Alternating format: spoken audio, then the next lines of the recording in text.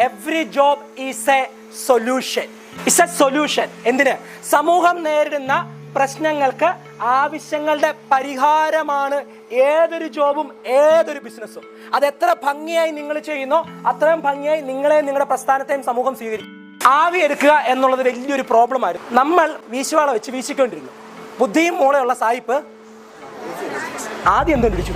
Fan കണ്ടുപിടിച്ചു. നമ്മൾ പൈസ കൊടുത്ത് ഫാൻ മേടിക്കേണ്ടി വന്നു. അപ്പം ഏറ്റവും അടുത്ത് ലോകം മുഴുവൻ സാധനം വിറ്റു. കുറച്ചുകൂടെ മൂളയുള്ള സായിപ്പ് AC കണ്ടുപിടിച്ചു. അവിടെ ഡിമാൻഡ് കൂടി. ഏറ്റവും ഭംഗിയായിട്ട് ആരും അങ്ങോട്ട് കാര്യങ്ങൾ പോയി.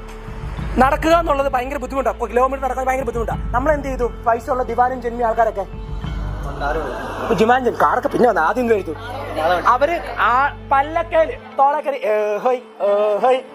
വെച്ചപ്പോ ബുദ്ധിയുള്ള സായിപ്പ് അല്ലെങ്കിൽ ബുദ്ധിയുള്ള ആള് ചക്രം കണ്ടുപിടിച്ചു.